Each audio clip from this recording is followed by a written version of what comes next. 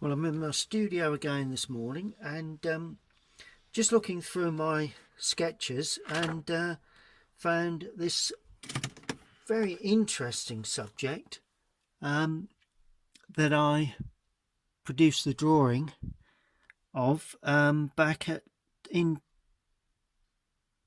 2005. Well, that's going back a bit. And it's what it is. It's the bank of shingle that is pushed up from the beach to actually stop the water or the high tides over the winter flooding Salthouse on the Norfolk coast. And I took a walk along there, I seem to remember, all these years ago, and never painted it, so I thought I'd give it a go. So I'm going to work purely from that sketch, not got a photograph at all. And what I'm going to do, I'm going to use, been given a set of Chinese brushes, so I thought I'd give those a look. It's quite an array of brushes, but how many is there? 2, 4, 6. Probably only use a couple. And what I'm going to do, I'm going to draw with the brush. So I'm taking the smallest brush and I'm actually going to draw with that. And so I'm not going to, I don't see any need for any pencil work. So I'm going to move the camera around and I'm going to make a start. Okay, well, I'm working on a piece of Canson Vidalon, not surface paper, and I'm working, it's an 11 by 15, but I've taped the outside, so I've lost a couple of inches either side, so it's a nice sort of size for a study really of this sort. Now what I'm going to do, I'm going to produce the drawing with a brush, my smallest in my collection of Chinese brushes, and apparently they're meant to be soaked for a couple of hours before you use them when they're new. So but I've soaked them for an hour. Let's hope that's sufficient. Okay, now we've got the Shingle Bank, as you could see earlier, coming along there. We're fairly high up, we stand fairly high up here, and that goes off into the distance there. So that's, and I'm going to actually show a bit of angle to that, but it's also got to be tapered, and it's got to go away into the distance. So the height of the bank comes down there like that. It is a very tall bank. That goes away like that. There's a car park area, but surrounding that is a fenced off area. I've got a feeling they may run cattle there, actually graze cattle at that point somewhere there. So that bank comes around like that, stays up fairly high. Nice bit of perspective. There's a little area there of a small sort of bank, and that comes along like that. Good. That's about all we need, I think. Okay, so that's the start. The next thing I'm going to do is take a large brush and I'm going to paint a sky. Now with this sort of subject, a bit of drama is always useful in the sky. So I'm going to use Windsor blue with Indian red, touch of Indian red, just to give us some nice sort of blues within the paper. Now I'm working onto dry paper, so it's going to be Bit of red dropped in. There we are. What about that? Looking pretty good. It's going to have a lot of drama in this sky to make it successful. Okay, so that's that. Dropped in nicely. Going to weaken that now and create some lower clouds and clouds on the offside. It's going to be quite a dull, dreary sort of day. So there we are. Look, beautiful. Just blend that a little bit. And of course, as you go away into the distance, the clouds become smaller or appear smaller. Right, now clean the brush, and I'm going to add a little bit of warmth in the clouds. So I'm adding a bit of yellow with a bit of, so it's a bit of raw sienna, a bit of burnt sienna. Okay, now this is the tops of the clouds, like that, and they will be crisp edges.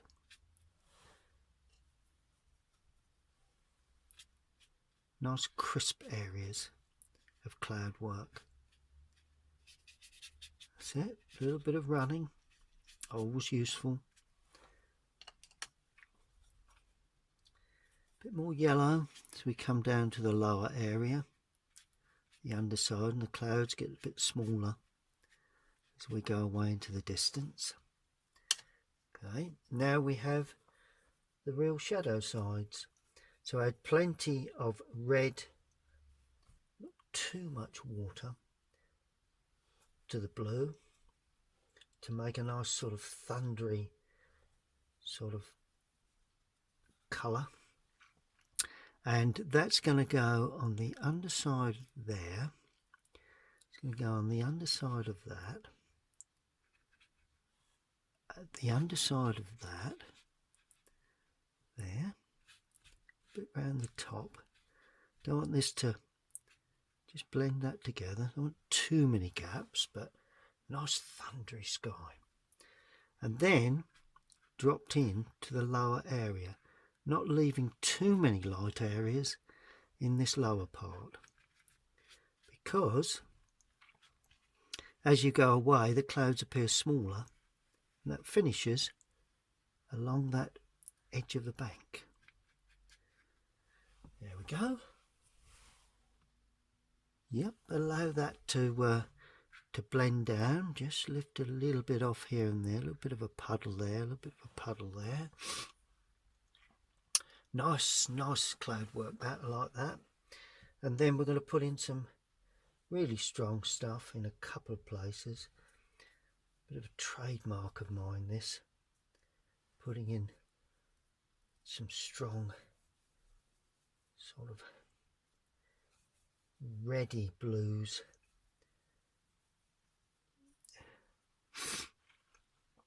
Just to give it a little bit of drama.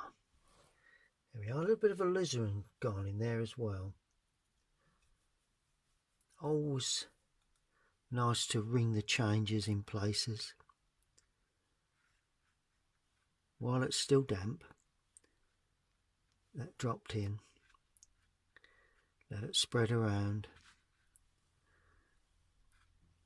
Be a bit careful that you don't overdo it, but always nice in places. And then of course in the lower area you can then add some little touches while it's still damp to create some smaller clouds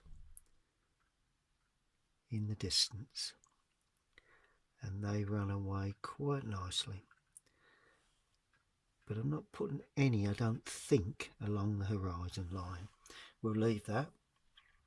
And then just simply allow that to dry. Don't keep playing with it. That's the worst thing you can do with cloud work. Keep an eye on it, you know, particularly where if you feel it's just running, creating, just lift that away. But other than that, all I'm going to do now is to use burnt sienna with the raw sienna to create a shingle bank, just as a basic wash. And I'm going to incorporate the sky, bring the sky into that, and paint it down at the angle the bank would lay. There we are. Good. All joined together. Perfect. Then I'm going to put a little bit of yellow with this now to create, there's a car park area there. So I'm going to just pull that across into that car park area and introduce a bit of that into the distance. Just try and keep a little idea of where the shingle bank will come, like that. And then add a little bit of the blue, the Prussian, to that, just as an initial suggestion that we've got a great field for grazing here. And that comes along like that. Perfect. A little bit more deeper colour, a bit more of a green colour. Yeah, that's better. A bit more bluey green. And there will be a car park area there. Okay, right, now I'm changing the brushes to a smaller brush, just so as I can get some stronger colour. And I'm going to add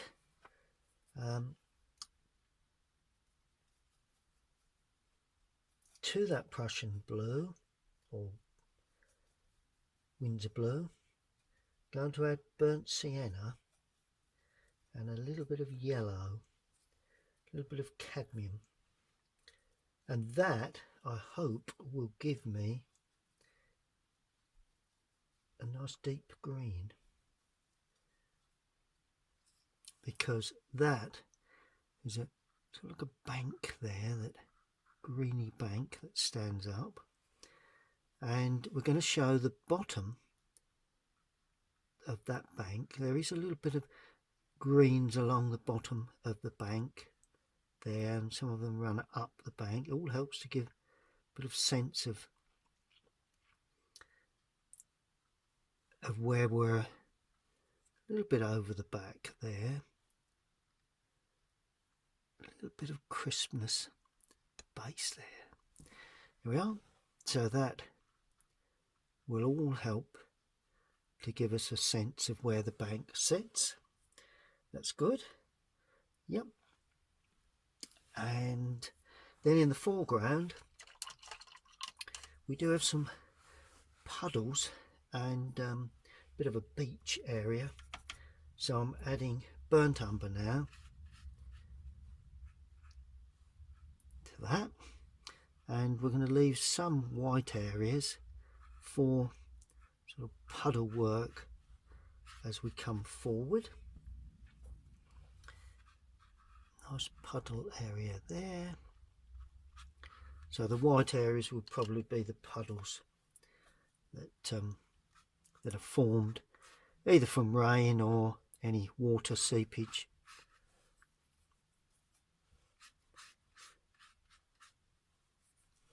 Good. Just lift that away there, a little bit of a puddle there forming. And all we're going to do now is to allow that to completely dry.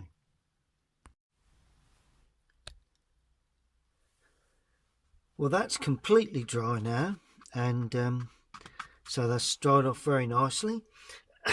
Okay, now we're going to start adding a little bit of height to that bank, and I'm going to carry on using these different size Chinese brushes, and right, let's work our way around the top. Now the first thing we need to do is to put in a very, very light top, although it's going to be darker than the sky for obvious reasons, otherwise you wouldn't see it. And I'm going to start there and sweep through to try and give us just a little bit of fill of depth to that. Then as we get to that point, as we start going away into the distance, I'm to add a little bit of blue to that, just a touch of blue.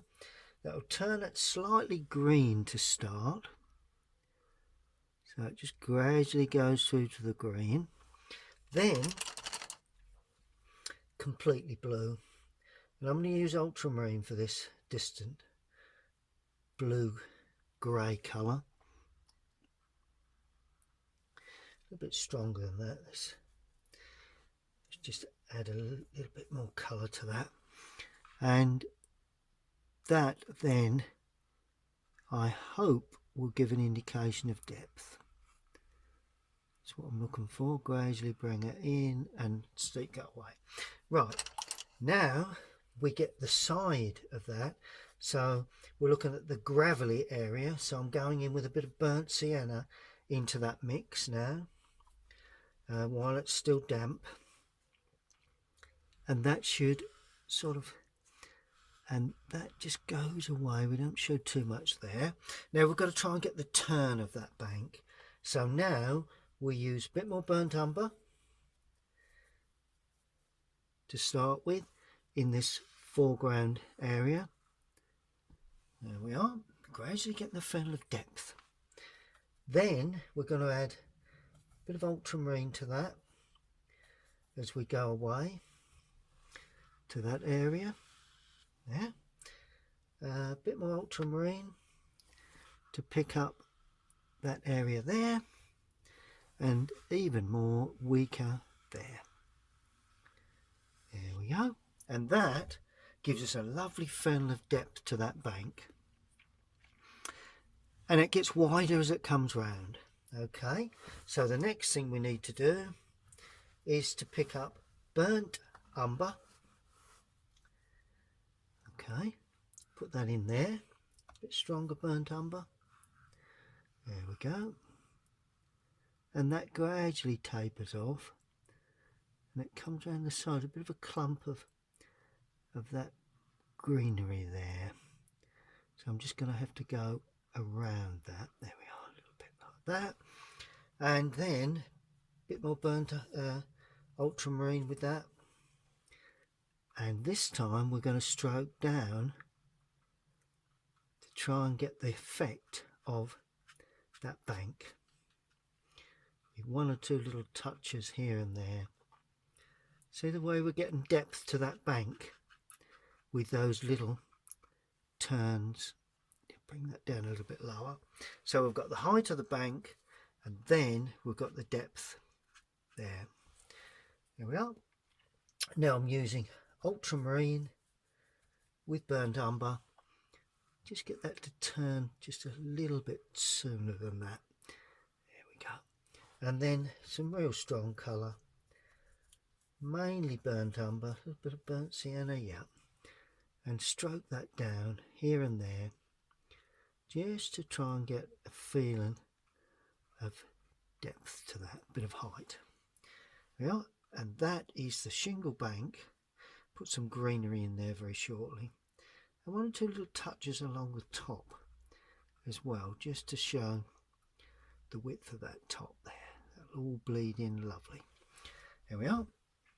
So that's looking pretty good.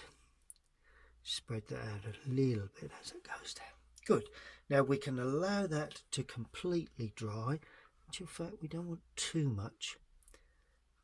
We need that to be quite narrow at the top there, actual fact, because the eyeliner's pretty high anyway. There we go. I think that's sufficient. Now this burnt umber will also come across, and I'm using a dryer brush here to show a shingly effect. You know, that's all that's required. Perhaps a little touch there to that area before it goes away. Comes down to there, it's good. That's okay. Let's just bring that down because there's a little bit of a lower hump to that. There are two humps, one there and one there. That's good. Then we have the car park area. Now that is considerably more yellow, so I'm using a dryish brush of the raw sienna, like that, and that's where the car park area will come. That just spreads through, and there is a road there where you come down the side of that area there. There's like a little road. You come into the car park and just introduce a bit of that into there like that. There we go. That's got a lovely bit of depth, lovely bit of height to that bank. That's fine, no problems with that at all. Then as we come into the foreground, going a little darker now, we're adding ultramarine, add a little bit of the Indian red to that, I think. Yeah, because we used that in the past. And that picks up, hopefully, a bit of shading here, like that. So it picks up the gravel areas and also just shows off where there are puddles, which will later be introduced with the right suggestion of colour. There we are, look at that. That's looking pretty good, I think. Lovely jubbly, absolutely brilliant. Right, now we're looking for a little bit of additional green, something a little on this area here. That's better, a bit stronger on this sort of bank area. Well, it's sort of like a grazing area. There's a fence around which we'll put in later. A bit darker in places. There we are. And that just turns round. Good, good, good. And right, now we've got to create that green. I'm going to use burnt sienna, cadmium yellow, a bit of Prussian or Windsor blue. And we will have the light coming from the right, so it'll be the left hand side that takes most of the dark green. Sorry, the right hand side of that clump there, and the lower part, like that. Well, and then all we do is get another small brush and then just soften so it bleeds up into it, and that's the way you get that rounded dome shape. Well, that can then come down like that, light on the top, dark there, and that comes along there. And now this is where we can use this dark colour to show. Seem to remember it did have a little bit of sort of greenery running up in places where, while it's still damp, I'll pop that in. Good, good, good. A little bit along there, but just show where it finishes. That's fine. Yep, bit of an angle to that actually. Let's give a bit more angle to that. Still standing perfectly upright. No, that's it. Good. That seems to be working quite well. Start from light, work through to dark. That's what you do with watercolour. Well, there again, a little bit of this darker green in places around the edge of that water area. There, there, there, there. All good. It's all good. Burnt umber in that just to give it a bit more depth of colour. There we go. Looking good. Quite happy with that so far. So good. Brushes in there. Brilliant. Now the next thing I need to do to create a bit of interest, and that's to put in some posts. Now I'm going to put these in with burnt umber, well loaded brush, and we've got to get the scale correct. This is where it's so important to get the scale, because if you don't get the scale correct, then unfortunately, having said that, let me just get that brush pointed. That's it.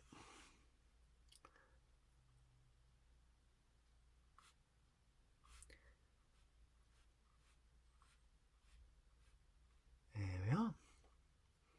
And then we just run those along here. Just roughly, you know, I'm not getting too fussed with them. And as the brush runs out of paint, you can then start dotting in these smaller ones in the background as they go away into the distance. There we are. And we do have a little bit of a cross section in there, but that's suggestive, really. Just a little hint of something just cross on there. It wasn't a formal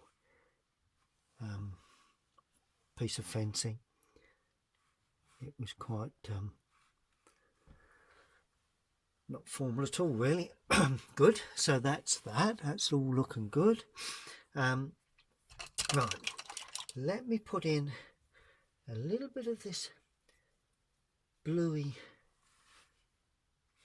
for the water there, just to show that we've got puddles, and that's the blue mix I use for the sky. There we are, in there like that, little bits and pieces here and there. Good, we'll line those up very shortly. Now let's also, with this very small brush, or brush that holds a bit more paint, I'm going to put in the impression of some cars, so in the car park, and use a terracotta red to start with, and cars, well, very suggestive as always.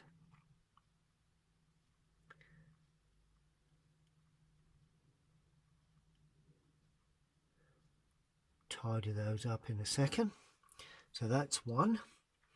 Next one I'm putting in is going to be of a blue. Let's use the cobalt blue for this.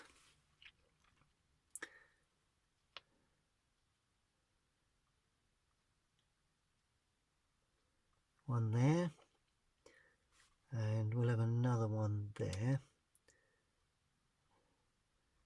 Let's give it the Range Rover look.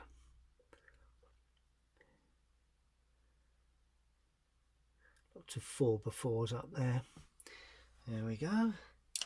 And then we've got, I'm going to use a grey to try and stimulate the feeling of a sort of a lighter car just next to that one.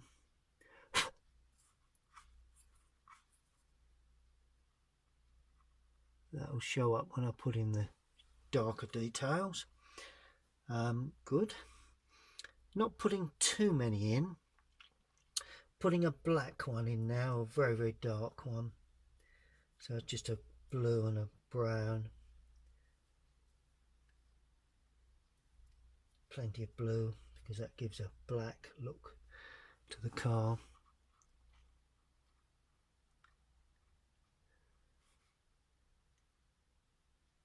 There we go. Good. Now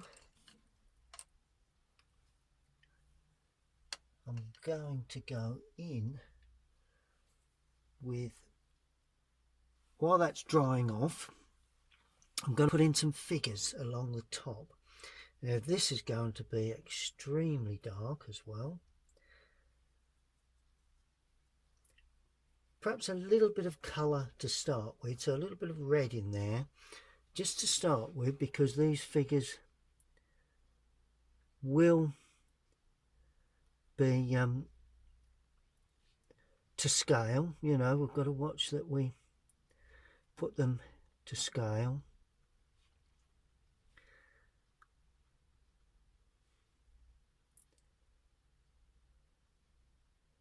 Here we are. And they're groups, so we'll just have to watch that quite often they're all grouped together. Good. Now we put a bit of blue with that, just to try and lose the colour a little, which is there. They're just a single one or two there, and then they get smaller and smaller as they go away. This is the key to it, to get scale. You must get scale, and then as we go away into the distance, they're virtually very, very small. But this one just a little larger there. There we are. So that's that. No problems with that. And with this sort of reddy colour, I'm going to put in another car there, like that, so they'll park the other way, and adding a bit of blue to that now to make it quite black. Another car there. There we are. That's perfect. Okay, let's allow that to dry. Well, there's not a lot, not a great deal to do really, to be quite honest, but what I'm going to do, I'm going to pick up a real dark Indian red and Windsor blue to create some really dark sort of touches for shadows. And what I'm going to do, I'm going to paint a little bit of shadow work around these little pond shapes there, just to give a bit of depth to them. Here we are. Use just a bit of depth to those areas. It's more or less the shadow, but yep, that's good. And we will need a little of this just here and there along this bank edge. There we are. We'll gradually work our way along the edge with that, go away into that, down the back edge of that. Still a little on the damp side, so that's useful. It'll all run into that then. A bit down there, we'll soften that in a second. A bit round there. There we are. And take a bit off the brush and just put a little bit the other side of that, so that marries up with that. Marries up with all of that there.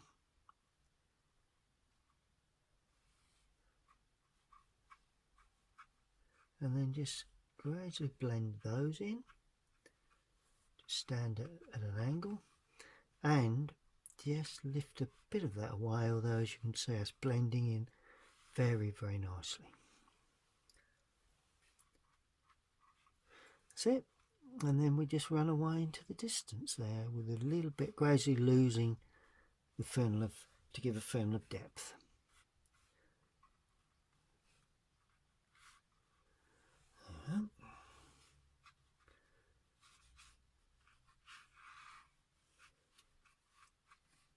Lift a little bit of that at the bottom, allow that to dry. Don't want to overwork that. Okay, now the rest of it is shadow really. Under the cars, light coming really from the left. So there's a little bit of shadow there, a bit of shadow there. And if you put shadow under these cars, probably it's about all you really need. Yep. And the posts as well, bit of shadow work under the posts here and there, like that. Bit of shadow work there. It's all about of atmospheric shadows. That's what this is all about now. And then just pull that away with the fingers just to soften that. We can also drag a bit of this paint down.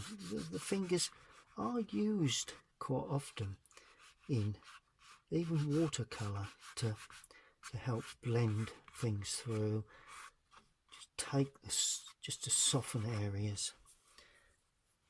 Good, that's looking fine to me. No problems with that whatsoever. Then finally we will, and use the fingers just to scrape up in places, just to give that feeling of height. There we are. Just use the point, the tip of the finger. Lovely. Right, now we're going to give an impression of cool shadows. Now with the sun as it is, and the cloud, then there will be shadow work. We need two brushes for this, one to soften and one to lay on the colour. Now I'm going to have a shadow area down that bank there, like that. So that bank and cloud shadows are soft, so you soften where they meet. There we are. Then I'm going to have another shadow running across there like that, up to that bank there. And there again, because it's on the field, we're going to soften it. So it's a nice soft area. Then soften that at the front too, to there. Good, good, good. Now some of this will go up the bank. Some of this shadow, it's cloud shadow. And that is softened with a damp brush either side, purely to give atmosphere. That's what we're doing. We're giving the whole thing that feeling of atmosphere. So important. It's where you put these shadows will make a big difference as to the final look of the picture. So you can overdo it. Certainly add too many, but you do need some. There we are. And as that softens away, you get a lovely sort of softening, just as if there's a cloud coming across some, casting a shadow. Now the same here. We'll drop these into shadow and stroke that down like that. So that's in shadow, and there again we soften that with a damp brush, so you can't quite see where the edge is. Then we use this brush again and we sweep it across the foreground landscape like that, because we're lighting up the car park, because that is the key to this picture, I think. There we are. And then we're going to have the continuation of that shadow, bring it a little bit darker, but of course in this foreground it is very, very dark, and you don't need quite so much softening when you come into the foreground areas. A little bit, and that's the way you produce atmosphere on a landscape. It's made all the difference to the look of that painting, to the look of that picture. And what we need now is just to soften that, just soften this here so that it runs into the car park, nice and soft, subtle changes of shadow. Notice how I've kept that blue and distance this is all coming forward. I'm going to allow that to completely dry before I put some final little touches. And if I shade it, you'll probably be able to see exactly where the shadows are. But it needs to dry completely first.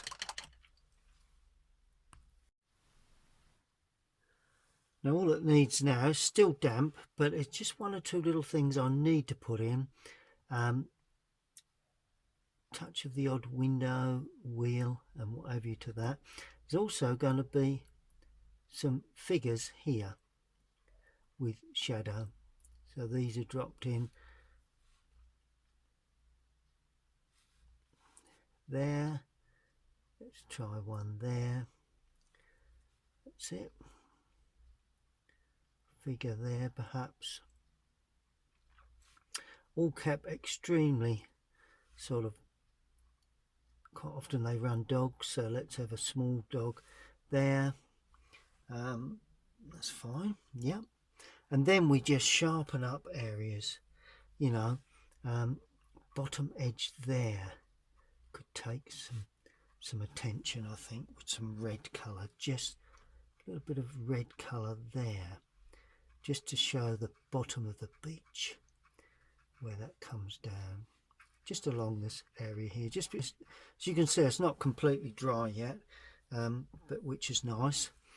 Just around the edge there, perhaps a little bit on the top of that, and down the back edge there. It's more or less the really dark stuff on the back edge.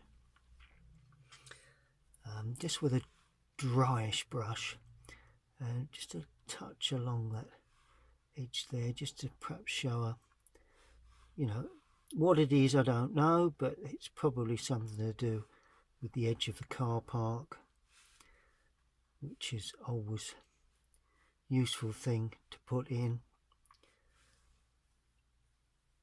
Always an added feature, these little dark areas. Really does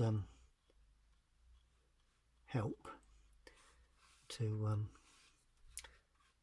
give a bit of interest to an otherwise. There we are. So it's all about the focus of that area, really. That's the thing that that's really showing up. And then of course we have some marks and dark areas in this foreground, just before it completely dries. Sweep that across. Some real darks now in this foreground area. Bit of gravel, but also real strong dark colour, because that's the thing that really will make this picture sing. And that's the art of when you're painting, is to make your painting sing with shadow. These landscapes, there we are. That's really brought a deep depth to that foreground. Really, you know, take a chance, just pop it in. That's the way I do it. You know, I just take a chance that, you know, just hope upon hope that it all works out at the end.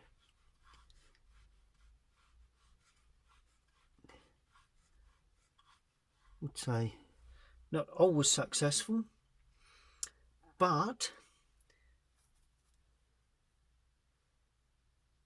you never know till you try.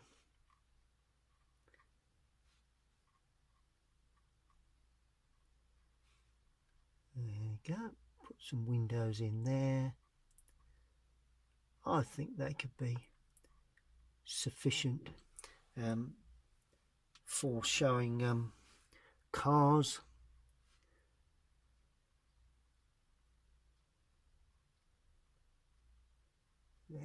There, windows,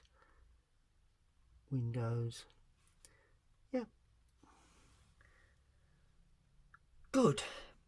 Let's allow that to completely dry and then we'll take the surround away.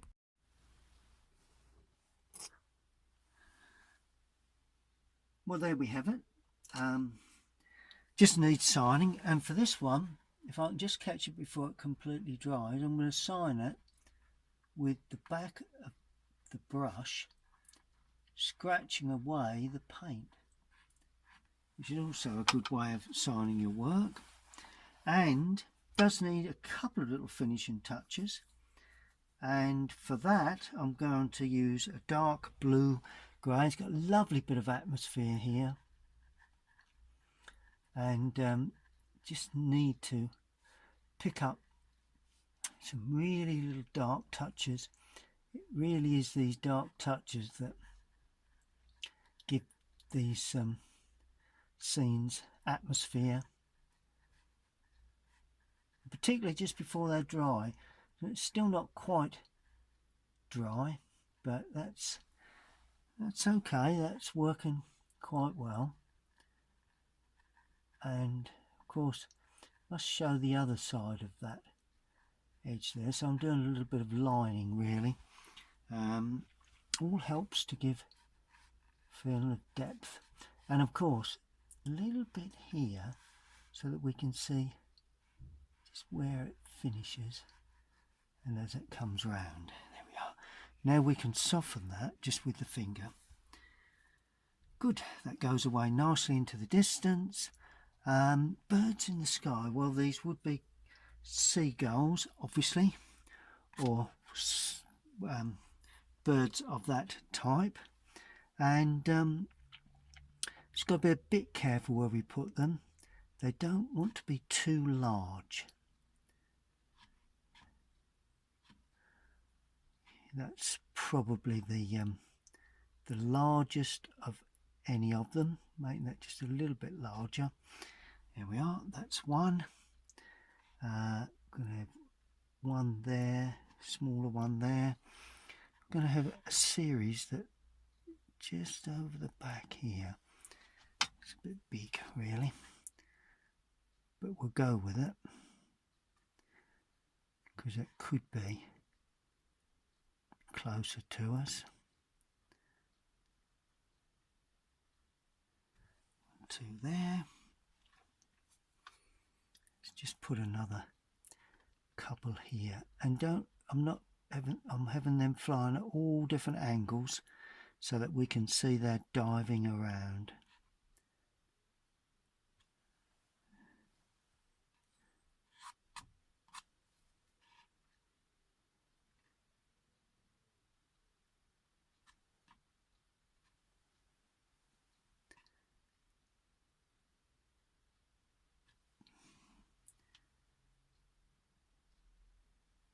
Good.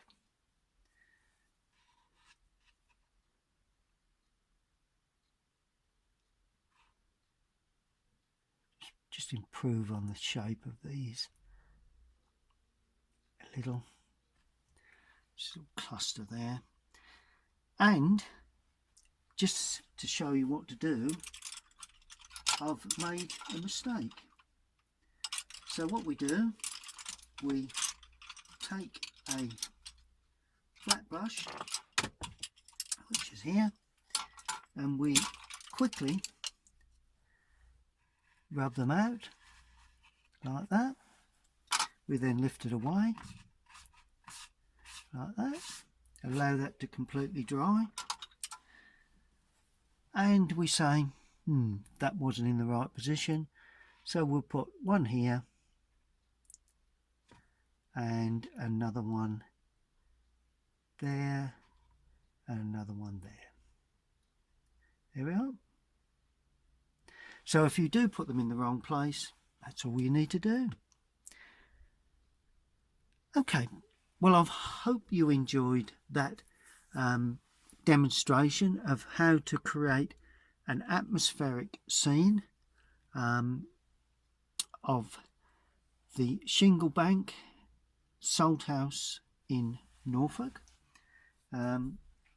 Been there many times and thoroughly enjoy painting there, and also thoroughly enjoy painting the images of these lovely coastal subjects, really. And if you enjoyed that, please stay tuned to my YouTube channel, and bottom right hand corner you will see a logo. Please click on that to subscribe to my channel, and happy painting, and we'll see you all again very soon.